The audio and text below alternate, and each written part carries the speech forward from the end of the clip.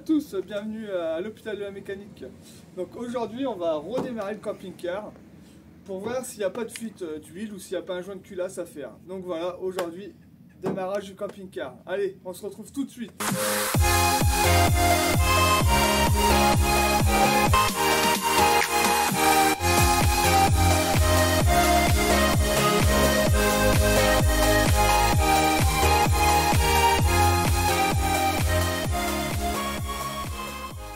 Allez, salut, nous revoilà devant le camping-car. Donc je vous ai fait la présentation, donc maintenant je vais vous dire ce qu'on va faire. Donc je sais pas si vous vous rappelez de la dernière vidéo. Donc on avait démarré le camping-car juste pour savoir si il tournait et s'il redémarrait. Bon, on avait dit qu'il fallait quand même refaire la distribution parce qu'elle est trop vieille la distribution, mais on peut s'en servir encore pour le faire tourner. Donc là, ce qu'on va faire, on va le laisser tourner pour voir s'il n'y a pas un joint de culasse ou s'il n'y a pas l'huile qui pisse du moteur de quelque part. Là, on va laisser tourner un bon moment. Et comme ça, on contrôlera si la sonde à l'intérieur, la sonde et puis le manomètre qu'il y a dedans, s'il fonctionne bien. Comme ça, on saura si ça fonctionne bien. On va remettre du liquide de refroidissement. Là, j'ai pris du basique. Pour le faire tourner comme ça, c'est suffisant. Donc, peut-être en plus, il y a une fuite aussi au niveau du radiateur. Donc, ça, je le sais, mais il faudra le refaire. Donc, après, on va remettre du gasoil dedans. Je vais regonfler les pneus tant qu'on va laisser tourner, puis on va laisser tourner une bonne demi-heure, une bonne heure, pour voir s'il n'y a pas de problème. Et après, on essaiera de l'avancer et de le reculer.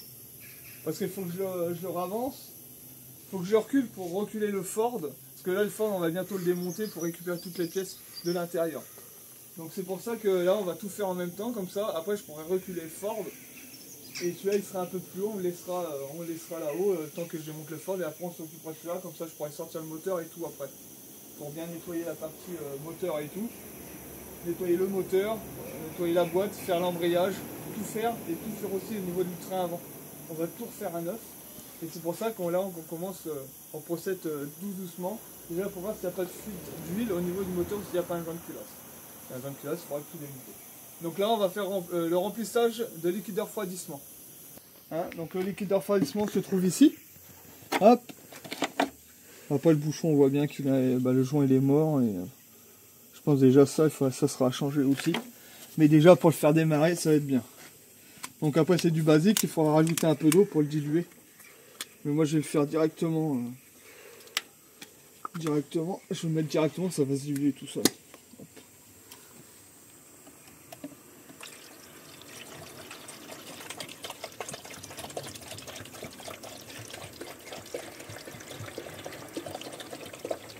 La dernière fois, je ne sais pas si vous vous rappelez, on a fait exprès de tout remonter pour être opérationnel tout de suite. Comme ça, ça c'est fait.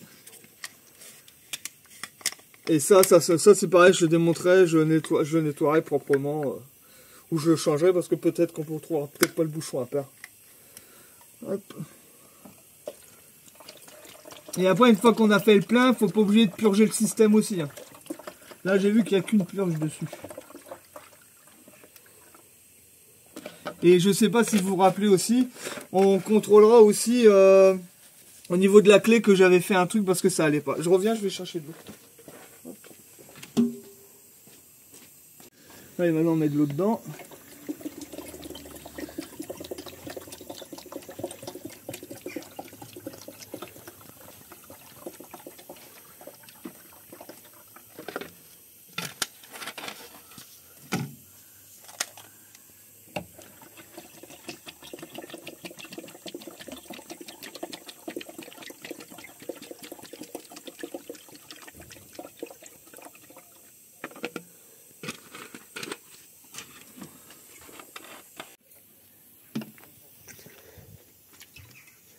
Là on a fait le plein. Donc là ce que je vais faire, donc on va ouvrir la purge pour voir si ça sort, qui est ici, vous venez voir. Hop, ici, au niveau du chauffage intérieur du véhicule. Donc là il y a purge parce que dans le moteur on n'a pas retrouvé d'autre. Donc je vais regarder si ça sort. Parce que là on est presque au même niveau. Donc, ça sort pas. Donc ce que je vais faire, je vais envoyer tout doucement de l'air. Pour voir si ça va sortir de l'air. Donc je prends la soufflette. Ah oui, ça sort. Tiens, regardez. Donc voilà, donc là c'est arrivé. Hop, on va remettre de l'eau. On va remettre ça. On va faire petit à petit. Donc ça veut dire que l'eau normalement est arrivée dans tout le circuit, mais il y aura toujours un peu d'air. Donc ce qu'on va faire, on va contrôler, quand il va tourner, on va contrôler pour voir si... Ah, vous entendez? Donc ça veut dire que là ça remplit le système. Donc il y avait une poche d'air quelque part. Vous entendez?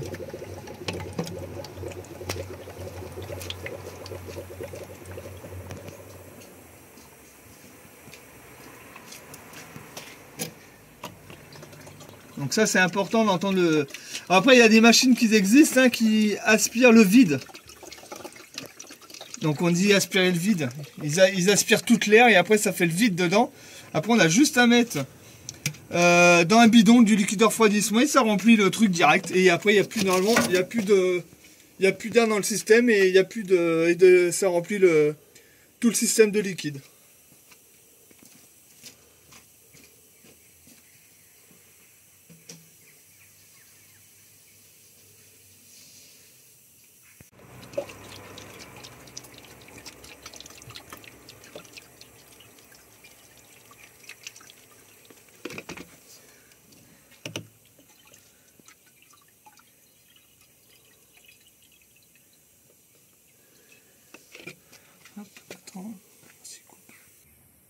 Donc là, maintenant on va mettre le gasoil dans le réservoir qui est là. Hein.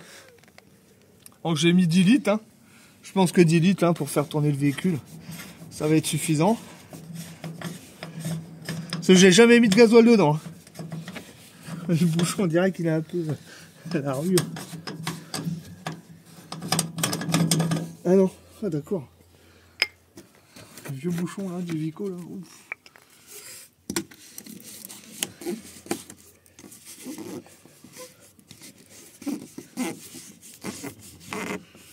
Allez, c'est parti. Tiens là, Coco, tu veux me... Ça va être la misère. En plus, il est proche du... Allez, t'es prêt? Vas-y. T'es bon, tu y es dedans? Ouais.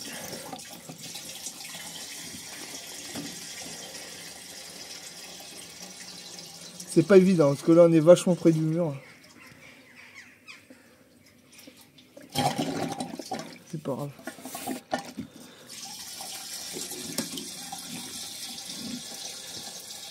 Tu peux lâcher, je crois. Ouais.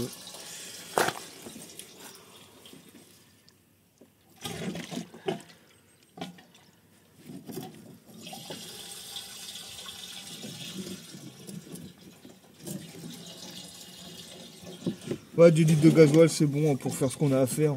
Et comme ça, on va voir aussi si la jauge à gasoil fonctionne. Parce qu'on voit qu'elle fonctionne, mais on ne sait pas si elle fonctionne vraiment. Alors, attends. On peut faire relever un peu pour redonner de l'air.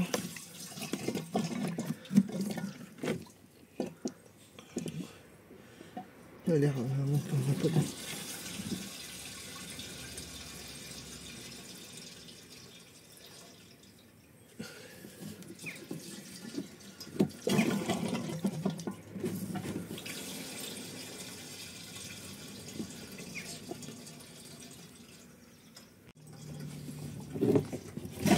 Alors, on a quasiment fini.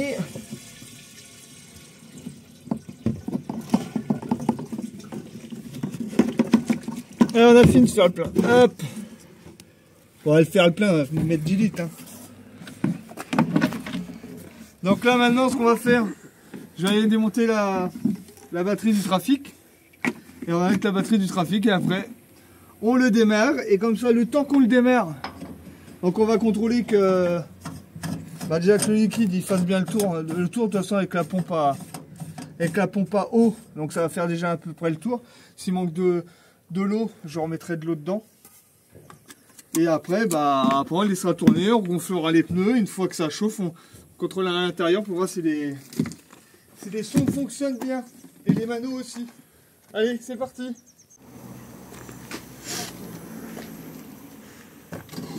Allez, maintenant on met la batterie du trafic sur les Vico. Normalement la batterie du trafic elle est bien, c'est un gasoil là-bas. Donc normalement il n'y a pas de souci. Hein.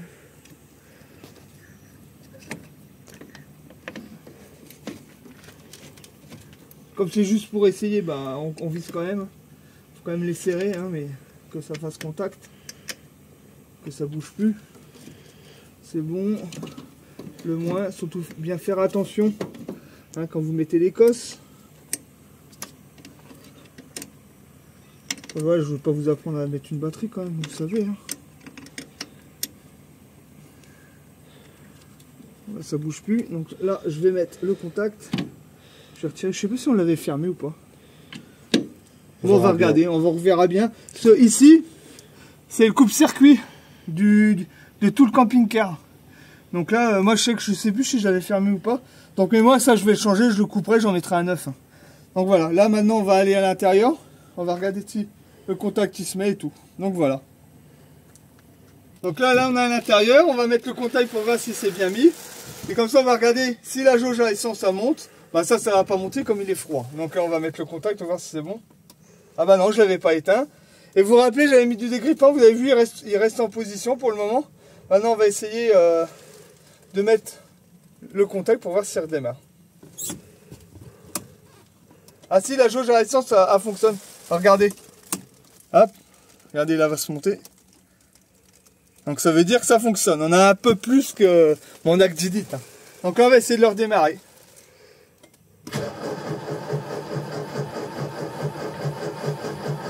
Et la pédale aussi fonctionne. Ah, ça fait un moment qu'il n'a pas tourné aussi le pépère.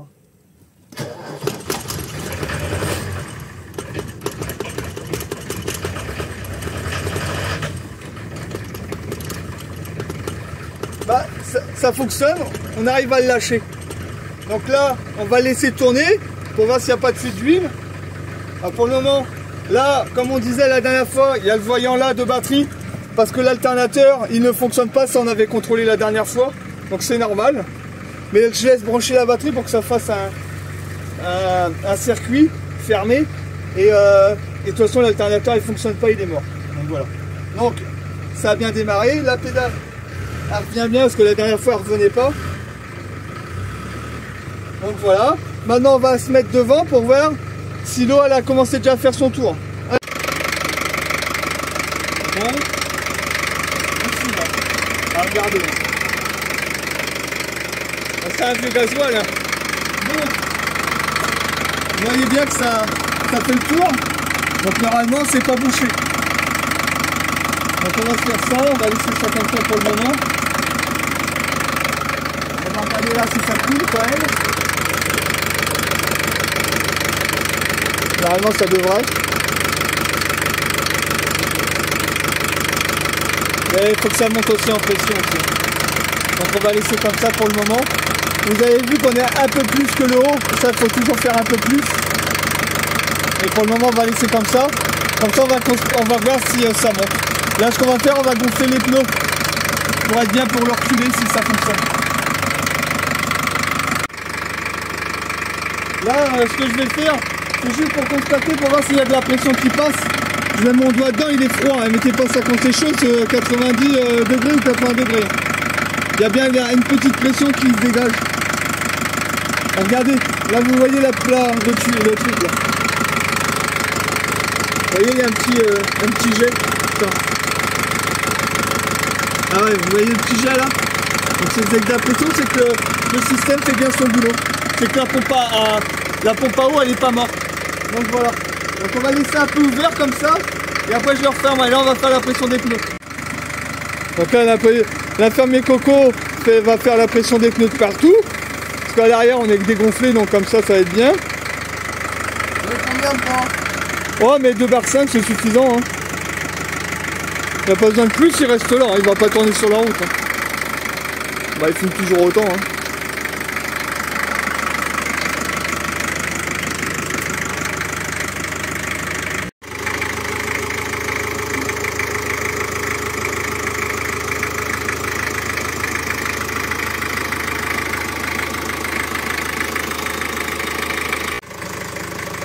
Donc là, ce qu'on va faire, là ça chauffe parce que je mets mon doigt dedans, mais c'est pas encore assez chaud. Je vais remettre mon bouchon pour que ça fasse, que ça monte en température. Ça va monter en pression aussi. Donc comme ça, on va regarder si tout fonctionne.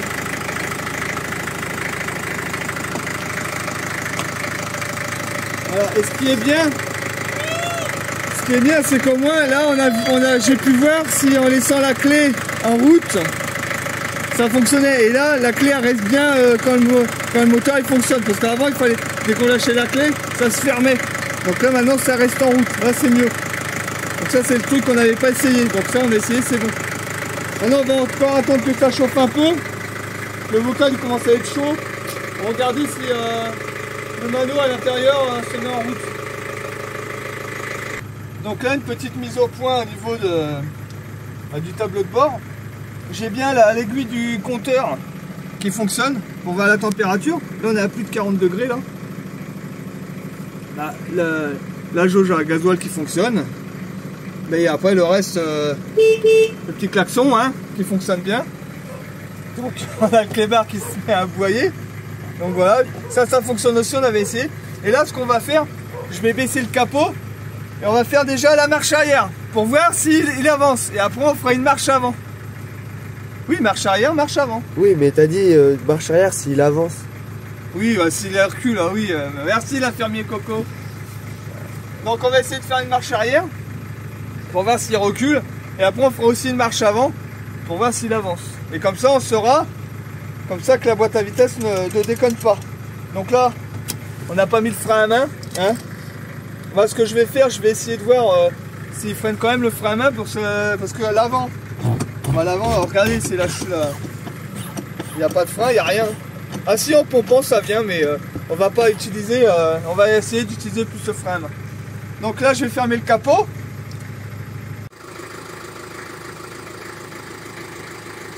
C'est parti pour l'essai.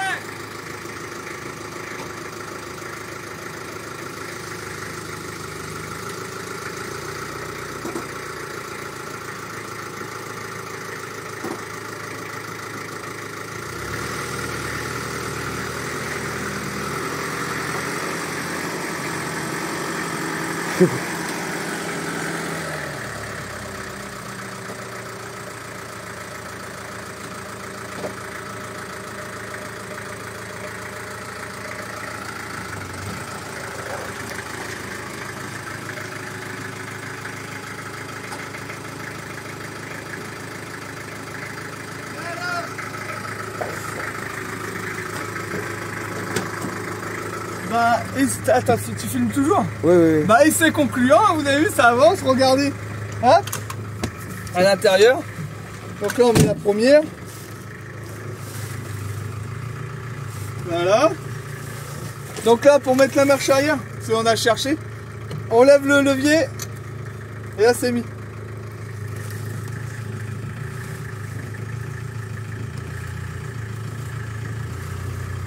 Bah, impeccable, hein? Et c'est très concluant, hein. Par contre, les freins, ils sont à revoir, hein. Mais c'est très concluant. Impeccable. On va pas... Bah nickel. Donc, il démarre.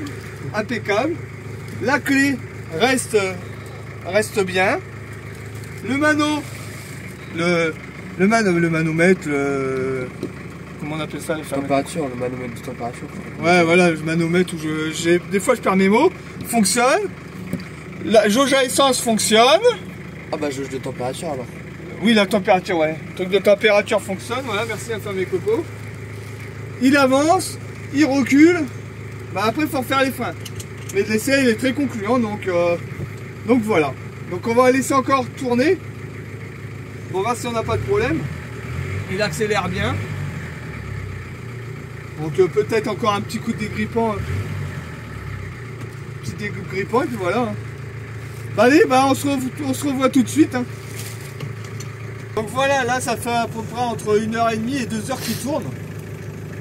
Et on a du mal à atteindre les 80 degrés. Donc le radiateur il chauffe qu'à une partie. Et le véhicule ne surchauffe pas. Donc ça veut dire que tout le système se met bien en route. Donc le thermostat, comme on appelle ça, vous savez, le ressort et tout qui a à l'intérieur, c'est qui s'ouvre et qui se ferme.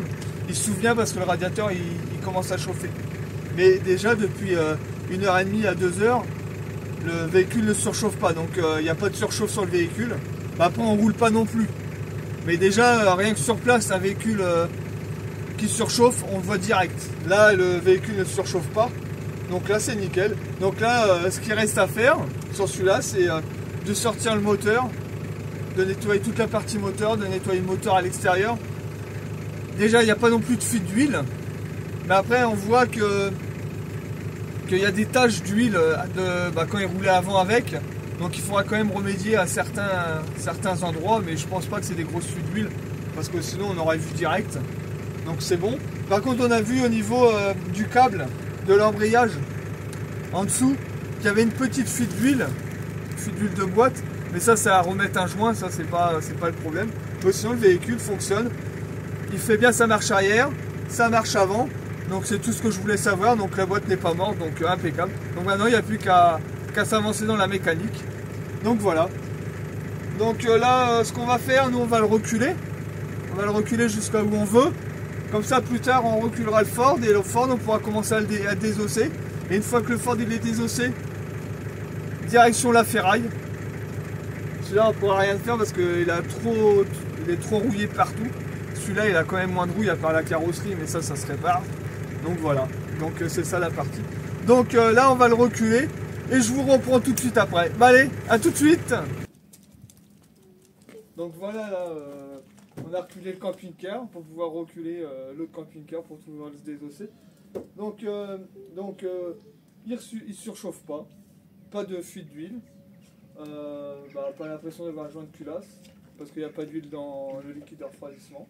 Donc impeccable. Donc il avance, il recule, nickel. Il n'avait pas fait ça depuis des années quand même, parce que là c'est des années. Donc content de l'avoir fait tourner. Donc là on a arrêté, là on voit bien que le radiateur il a chauffé de partout. Là il n'y a plus de ventilateur qui se met en route. Donc c'est nickel. Donc je suis satisfait de l'avoir fait tourner. Parce qu'il tourne super bien. C'est vrai, hein, il tourne super bien. Qu'est-ce que t'en penses, toi? Toi qui as fait un stage il y a pas longtemps dans la vieille mécanique. C'est nickel. Hein. Ouais. Parce que je compare à la Jaguar qu'ils ont eu au garage. Ils ont eu une vieille Jaguar. C'était une quoi comme Jaguar? Bon, attends, c'était quoi déjà Jaguar de MK2, je sais pas quoi, de 64. Ouais. Un truc comme ça. Et celle-là, par contre, elle surchauffait celle-là. Ouais. Et tu le vois direct. Parce que elle était sur place et ça surchauffait direct. Et c'est pour ça que j'ai pris l'exemple de ça. Il ne surchauffe pas sur place. On l'a laissé entre 1h30 et 2h. Et franchement, il est resté sur place. On n'a pas tourné. Si à part pour le reculer, là ça commençait un peu à monter en température. Bah ouais, mais on faisait que ça, reculer, monter. Mais il n'y avait pas beaucoup d'air qui avançait. Donc nickel, maintenant on n'a plus qu'à sortir le moteur de celui-là quand on aura fini le Ford. Et une fois qu'on aura sorti le moteur, on va tout faire à l'avant, tout ce qu'il y a à faire au niveau mécanique. Et après on fera l'intérieur. Comme ça au niveau carrosserie, vous voyez bien, ça c'est bon. Par contre c'est pareil, je vais encore vous le redire, mais s'il y a quelqu'un qui connaît des adresses pour trouver des pièces de vieux véhicules, ça serait bien de nous en faire part. Ça serait gentil de votre part. Donc voilà ce que je peux vous dire. Mais on est satisfait depuis le temps qu'on devait le faire tourner pour voir s'il n'y avait pas de problème. Bah là c'est fait et on est très satisfait du résultat. Du pépère que ça fait, je crois que ça fait, on a compté, la dernière fois avec ma copinette, je crois que ça fait 2 ans ou 3 ans qu'on a déjà le camping-car. Et voilà, on avait quasiment rien fait. Là en peu de temps on fait plein de trucs. Donc voilà ce que je peux vous dire, on est très contents et voilà, et on va vous laisser, hein, parce que la nuit a commencé à tomber, hein, parce qu'il ne fait pas très chaud non plus dehors. Hein. Là on en profite qu'il ne pleuvait pas et que tu es en vacances. Donc on est très satisfait du truc. Donc voilà, on va vous laisser en vous souhaitant une bonne journée, une bonne soirée, tout ce que vous voulez, et une bonne vidéo aussi. Et puis à plus tard pour de prochaines aventures de l'hôpital de la mécanique. Allez, ciao!